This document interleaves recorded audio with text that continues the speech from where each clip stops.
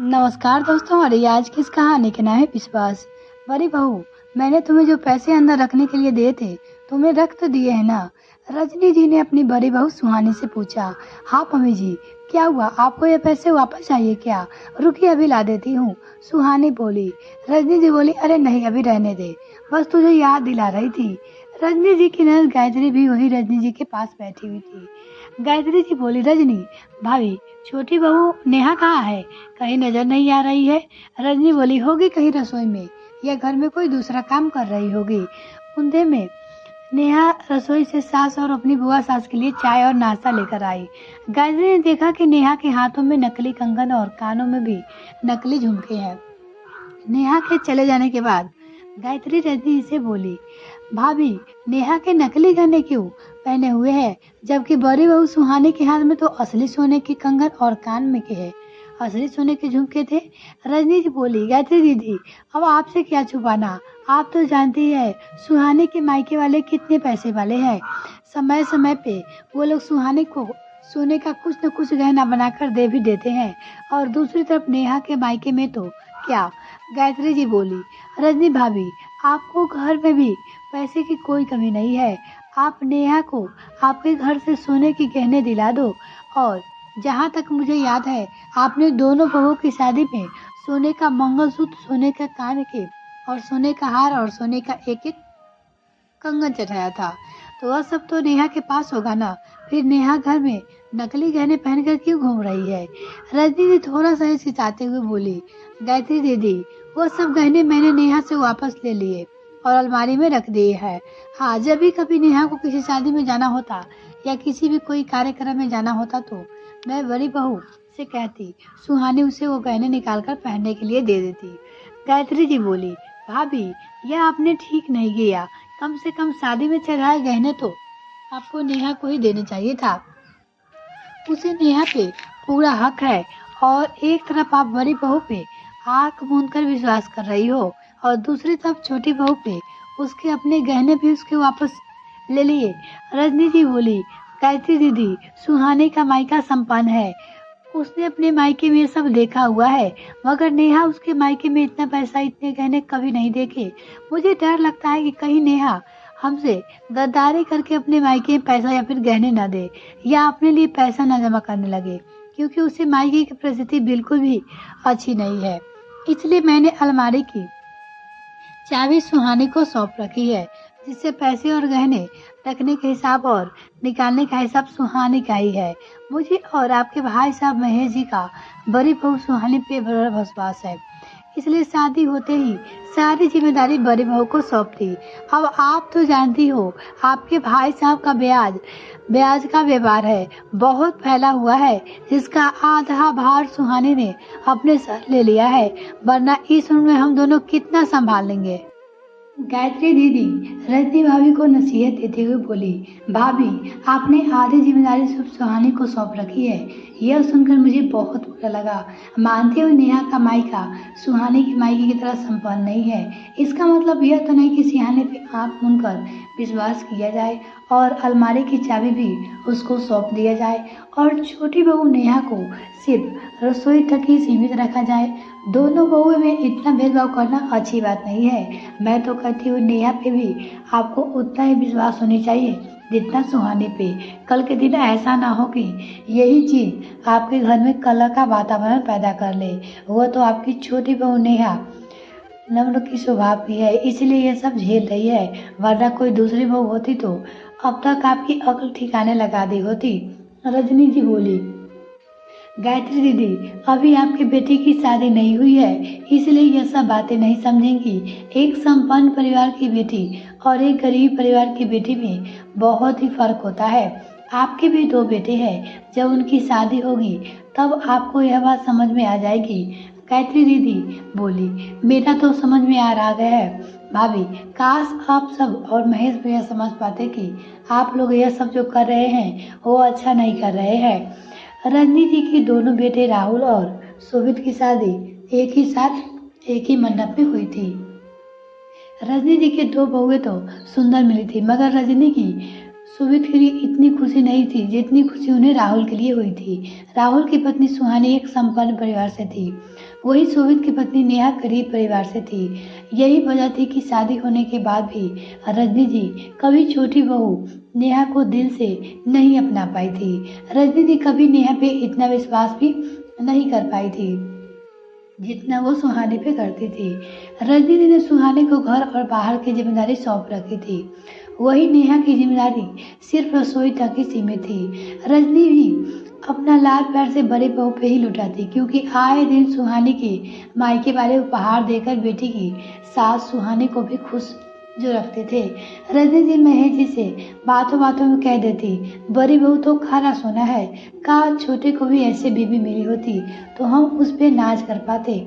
सुहानी खूब सच संवर कर रहती, क्योंकि भले बैंक में कुछ काम करने जाना हो या फिर बाहर से घर कोई सामान लाना हो, घर की राशन की चीजें लानी हो, सास ससुर की दवाइयाँ लानी हो, ऐसे सारे काम की जिम्मेदारी सुहानी संभालती थी, जिस वजह से रसोई में कम नजर आती थी। और छोटी बहू नेहा घर में सभी के लिए खाना बनाना हो या काम वाले के ना आने पे बर्तन साफ सफाई हो, नेहा सब संभाल लेती थी। नेहा को कपड़े और गहने का कोई खास शौक नहीं था, उसके पास जो था वो उसमें संतुष्ट थी। उसे कभी सुहानी से ईर्ष्या नहीं होती थी और ना ही उसके लिए मन में कोई बैर था। सुहानी जान चुकी थी कि अब घर में सभी सुहानी पे ज्यादा विश्वास करते हैं, इसलिए वो अपनी सास की विश्वास पात्र बनकर खूब फायदा उठाती थी।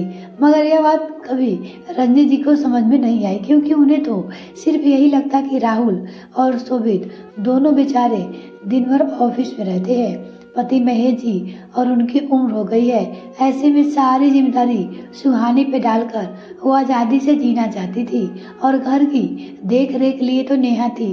रजनी और महेश जी का परिवार भी एक संपन्न परिवार था। महेश जी पैसे ब्याज पे दिया करते थे, कोई अपने सोने के जेवर गिरवी रखकर महेश जी से पैसे ले जाते तो कोई अपनी जमीन जायदाद गिरवी रखकर पैसे ले जाते। महेश लाल जी का परिवार इतना संपन्न था कि पैसे का कोई हिसाब किताब ही नहीं रहता था, कितने पैसे आए कितने गए इस हिसाब किताब की जिम्मेदारी तक सुहानी नहीं उठा रखी थी। राहुल और शोभित भी इस जिम्मेदारी से मुक्त हो गए थे, वो दोनों भी यही सोचते थे सुहानी ने उनका कितना काम कम कर दिया है, वरना पहले महेश जी दोनों बेटे से हिसाब किताब करवाते थे। दोनों को समय का अभाव रहता था, इसलिए सुहानी अब सारा हिसाब किताब देखने लगी थी। महेश जी की बड़ी बहू हिसाब किताब संभालने से बहुत आज़ाद हो गए थे। एक बार महेश जी टहलने निकले थे कि उनका दोस्त बनवारी उन्हें रास्ते मिल गया और बोला, कैसा हो महेश, आजकल कहाँ हो, दिखाई नहीं थे। तो महेश जी बोले, बस अब यह बूढ़ी हरिया साथ नहीं देती बनवारी, इसलिए सैर पे भी नहीं निकल पाता हूँ। आज बहुत दिनों बाद मन किया बाहर की हवा ले आऊं तो निकल पड़ा। बनवारी जी बोले, महेश तुम्हारे घर में कोई दिक्कत चल रही है क्या? अगर ऐसा कुछ भी हो तो तुम बेझिझक मुझे बता सकते हो, आखिर तुम मेरे पुराने मित्र हो। थोड़ा बहुत पैसे में मैं तो मदद कर ही सकता हूँ तुम्हारी, तुम अपना दिल मेरे सामने खोल सकते हो। यह सुनते ही महेश जी बोले, दिक्कत और मेरे घर में? मैं कुछ समझा नहीं बनवारी, तुम क्या कहना चाहते हो? बनवारी जी बोले, अभी कुछ दिन पहले मैंने तुम्हारी बड़ी बहू सुहानी को पन्ना से ज्वेलरी के दुकान में देखा था और मैं और मेरी पत्नी वहां सोने के कंगन लेने गए थे। सुहानी के हाथ में कुछ बहुत पुराने सोने के गहने थे जो बेचकर वो पैसे मांग रही थी। उनकी नज़र हम पे पड़ी नहीं, वरना मैं उनसे पूछने ही वाला था क्या हुआ, घर में कोई दिक्कत है क्या, वरना इतना पुराना खाना सुना कौन भला बेचता है। दुकानदार सुहानी से बोला भी कि आप इतना खाना सुना क्यों बेचना चाहती हो। इस पे सुहानी बोली, आपसे मतलब आप बस इसका अच्छा खासा दाम दे दीजिए। महेश जी यह बात सुनकर आश्चर्यचकित हो गए। वो बोले, बनवारी घर में तो कोई दिक्कत नहीं है और यह बात तो मुझे तुमसे ही पता चली है। सुहानी से घर जाकर जरूर पूछूंगा कि आखिर कौन सा सोना बेचने गई थी वह। महेश जी को रास्ते भर सुहानी का चेहरा याद आता रहा।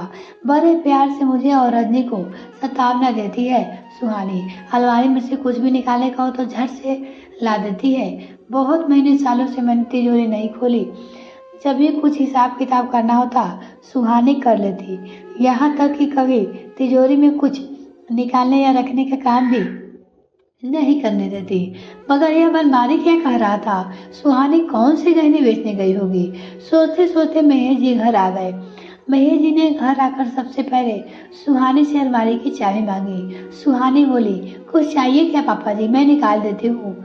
महेश जी बोले, नहीं, मुझे ही थोड़ा काम है। सुहानी ने सोचा वैसे भी पापा जी को कहाँ इतने पुराने जेवर याद आएंगे, और उसने चाबी दे दी। महेश जी अलमारी खोलकर आधे घंटे तक छानबीन करने लगे। तब तक उन्हें अचानक याद आया कि यहाँ से उनके ग्राहक अशोक ने जो सोने के जेवर दिए थे वो गायब है। अशोक लगभग 4 साल पहले कुछ कीमती जेवर महेश जी के पास रखकर ब्याज पे पैसे ले गया था। एक अरसे तक वापस न आया, न पैसे देने और न जेवर लेने। महेश जी बोले, सुहानी यहाँ आओ।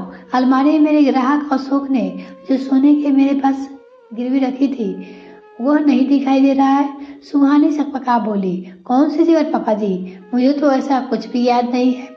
महेश जी बोले, सुहानी झूठ मत बोलो, मुझे बनवारी आज रास्ते में मिला था। उसने तुम्हें पन्ना सेठ की दुकान पे उन गहनों के साथ देखा था।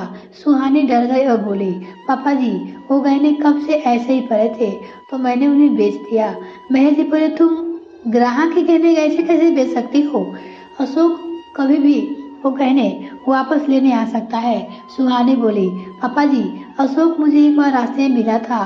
वो बोला वो शायद एक गहने के बदले दिए गए पैसे कभी नहीं चुका पाएगा, इसलिए मैंने वो गहने बेच दिया। रजनी जी का विश्वास आज टूट गया था। वो बोली, बहू अभी थोड़े दिन पहले ही तुम नया सोने का करा लाई है। तुमने कहा कि तुम्हारे मायके वाले ने दिया है। वो धीरे से बोली, मम्मी जी वो गहने मैंने बेच दिए, वो करा उन्हीं पैसे से थे। रजनी जी बोली, वाह बहू क्या सिला दिया है तुमने हमारे विश्वास का। तुम हर बार मायके के नाम पे कुछ न कुछ लाती रही और हम मूर्ख बनकर तुम पे विश्वास करते रहे। एक नजर उन्होंने नेहा पे डाली जो नकली गहने पहने हुए सभी के लिए खाना बना रही थी, जिसने कभी आज तक यह भी नहीं कहा था कि मम्मी जी कम से कम मुझे मेरे गहने तो वापस दे दो। ससुराल के चढ़ाए हुए गहने पे भी उसने कभी अपना हक नहीं जमाया। और एक ये बहू है जिसपे हमने आंख मूंद कर विश्वास किया, जो हमारे ही पैसे लेकर बेवकूफ़ बनाती रही। गायत्री दीदी सही कहती थी, दोनों बहुओं में इतना भेदभाव करना अच्छी बात नहीं है। इस भेदभाव के चक्कर में पड़कर मैंने असली हीरो को पहचान नहीं की। काश मैंने उस वक्त गायत्री दीदी की दी हुई नसीहत मान ली होती तो आज मुझे यह दिन देखना ना पड़ता। रजनी जी ने आज नेहा से माफ़ी मांगी और बोली, अब तक मेरे किए गए बर्ताव के लिए मुझे माफ़ कर दो नेहा। कंकड़ जमा करने के चक्कर में मैं हीरो को नहीं पहचान पाई। यह कहानी आपको कैसी लगी कमेंट सेक्शन में लिखकर जरूर बताइएगा। यदि आपने अभी तक चैनल सब्सक्राइब नहीं किया तो प्लीज़ सब्सक्राइब कीजिए।